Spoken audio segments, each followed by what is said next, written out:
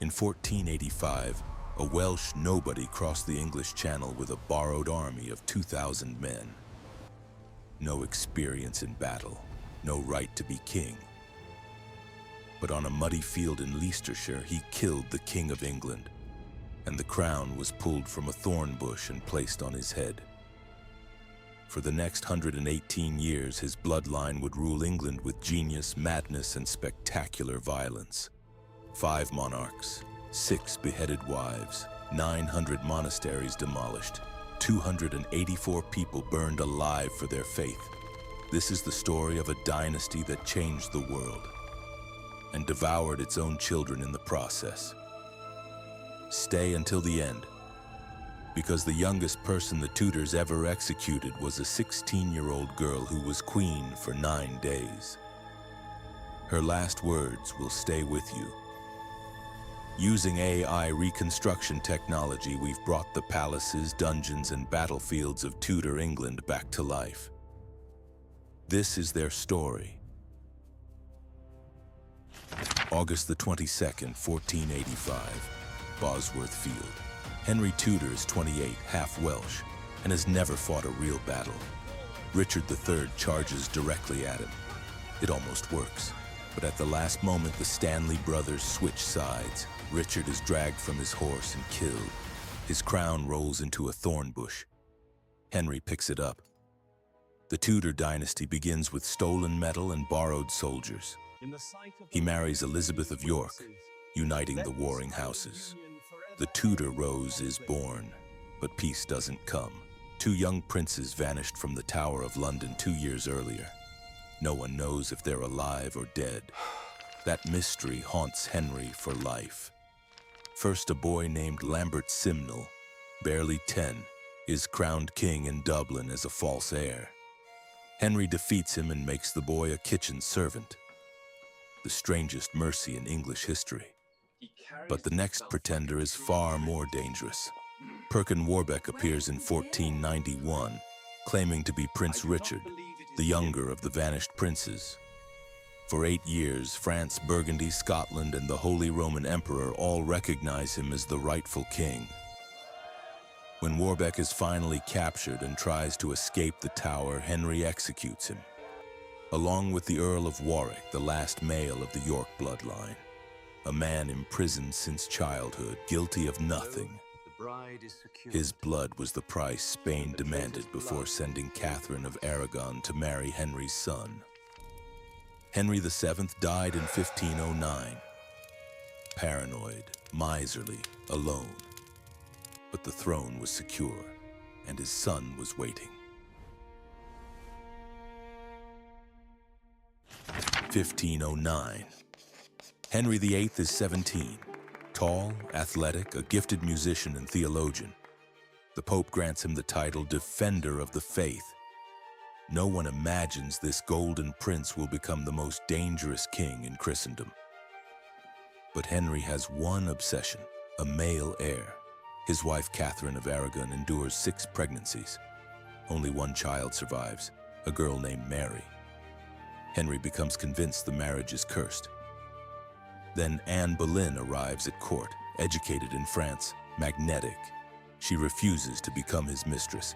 She wants the crown or nothing. Henry waits 6 years. When the Pope refuses to annul his first marriage, Henry makes the most radical decision in English history. He breaks from Rome, declares himself head of the church, and tears England out of the Catholic world it has belonged to for 1,000 years. All for one woman. What follows is devastation. Between 1536 and 1540, 900 monasteries are demolished. 12,000 monks and nuns cast out. A quarter of England's farmland seized. Libraries centuries old burned in days. The shrine of Thomas Becket at Canterbury, the holiest site in England, demolished and its gold carted away. Abbots who resist are hanged. 1.3 million pounds, 500 million in today's money, flows into the royal treasury. But Anne cannot give Henry a son. She bears a daughter, Elizabeth, then suffers miscarriages. In May 1536, Anne is arrested on fabricated charges of adultery and treason. A French swordsman takes her head in the courtyard of the Tower. Henry is engaged to Jane Seymour the next day. Jane gives him his son Edward and dies 12 days later. He marries 3 more times. Anne of Cleves, divorced. Catherine Howard, beheaded at 19. Catherine Parr, the only one who survives him. Henry dies in 1547, grotesquely overweight, with an ulcerated leg so foul that courtiers cannot enter his chamber. Behind him, a broken church, a depleted treasury, 3 children by 3 mothers, and the bloodiest century England has ever known. One king's ambition, a kingdom at war with itself, burning from within.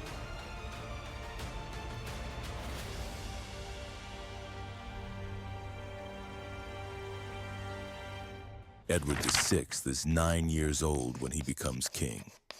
Brilliant, devout, and far more radical than his father. Where Henry broke from Rome but kept Catholic rituals, Edward strips the churches bare. Stained glass smashed, altars torn out. England lurches toward hard Protestantism.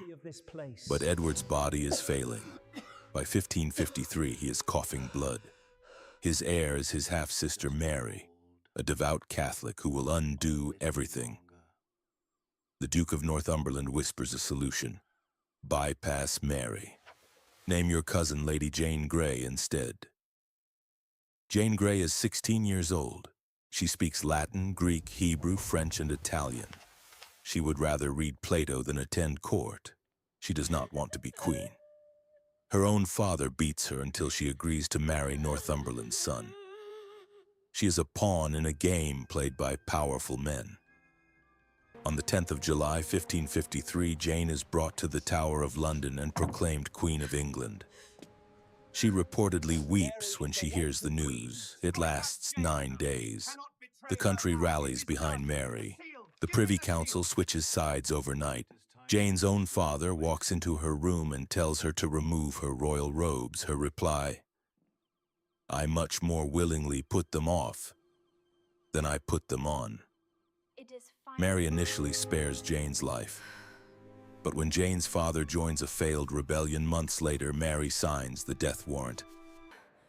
On the 12th of February, 1554, Jane watches from her window as her husband's headless body is carried past on a cart. 2 hours later, she is led to the block on Tower Green. She is blindfolded. She reaches out her hands and says, "What shall I do? Where is the block?" The lieutenant of the tower guides her forward. The axe falls. She is 16 years old. She is buried beneath the floor of the chapel of St. Peter ad Vincula, inside the tower. No headstone, no memorial, just silence.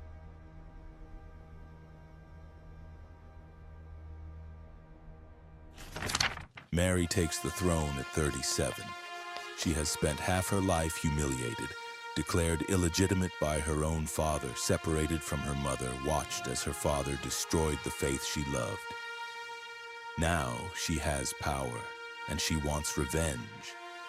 She restores Catholicism. She marries Philip II of Spain, and she begins burning Protestants.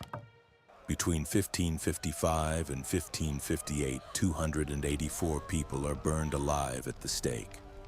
Among them is Thomas Cranmer, the Archbishop of Canterbury, the man who helped Henry break from Rome. Cranmer first recants his Protestant faith to save himself, but on the day of his execution, he changes his mind. He thrusts his right hand into the flames first, declaring, "This hand offended. Let it burn first." The crowd watches in horror as he holds it there until it is consumed. Mary's husband, Philip, barely visits her. She believes she is pregnant, twice, but both times it is a phantom. No child comes. The Spanish alliance gains England nothing except the loss of Calais, its last foothold in France. Mary dies in November 1558, aged 42. She asks that when they open her body, they will find Calais written on her heart. History remembers her by a different name, Bloody Mary.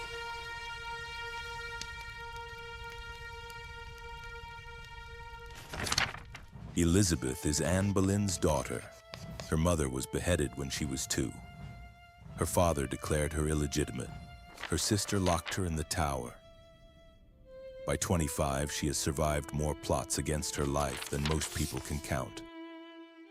She learns the only lesson the Tudors teach: trust no one. She never marries. I am already bound unto a husband, which is the kingdom of England. No foreign king will control her. No man will stand above her. In 1588, Spain sends 130 warships to invade. Elizabeth rides to Tilbury and delivers one of the most famous speeches in history. I know I have the body of a weak and feeble woman, but I have the heart and stomach of a king. And of a king of England, too. The English navy in a ferocious storm destroy the Armada. England becomes a superpower. Shakespeare writes, Drake circles the globe. The East India Company is founded. But there is a shadow. Her cousin Mary, Queen of Scots, Catholic next in line, is held prisoner for 19 years. When plots link Mary to assassination, Elizabeth signs the death warrant. Her hand trembles. Her final years are spent alone. Friends dead. Her face scarred by smallpox, hidden beneath white lead makeup. On the 24th of March, 1603, she dies at 69, the last Tudor. The throne passes to James of Scotland, the son of the cousin she executed. The dynasty is over.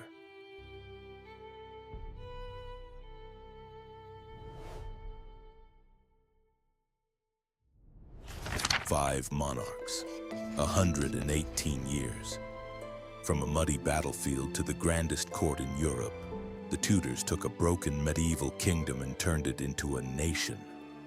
They gave England its church, its navy, its language, its theater, and its sense of destiny. But the cost was measured in blood. Wives, children, cousins, priests, monks, queens, all fed to the machine of power. And somewhere in the Tower of London, in a chapel that most tourists walk past without noticing, lies the grave of a 16-year-old girl who was queen for 9 days. She stood on the scaffold blindfolded and reached out her hands. "Where is the block?" she asked. Her name was Jane. Remember her. If this story moved you, take a moment to subscribe and tell me in the comments, which Tudor do you think was the most dangerous? I'll see you in the next one.